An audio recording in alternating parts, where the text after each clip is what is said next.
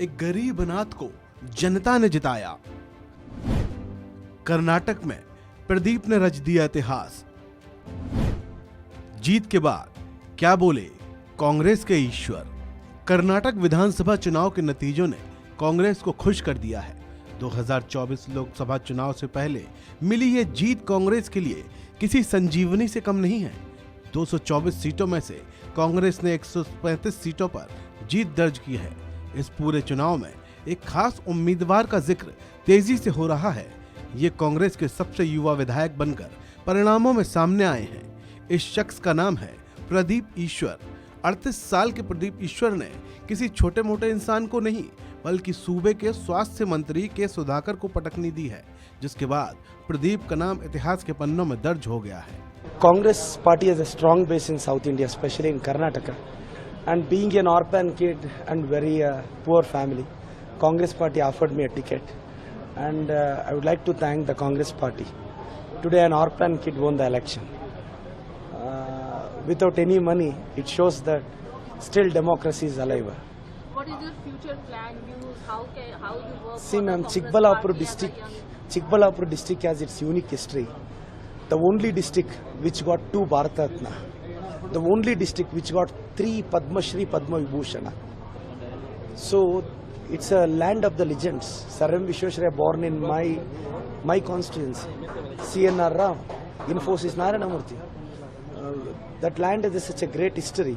So being from the same land, I would like to create education and health revolution. Proper health care and infrastructure and education.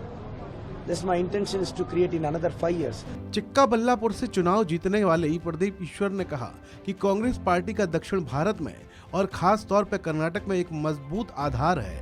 एक गरीब परिवार से अनाथ बच्चे को Congress party ticket दिया और बिना पैसे के ही चुनाव में जीत गया।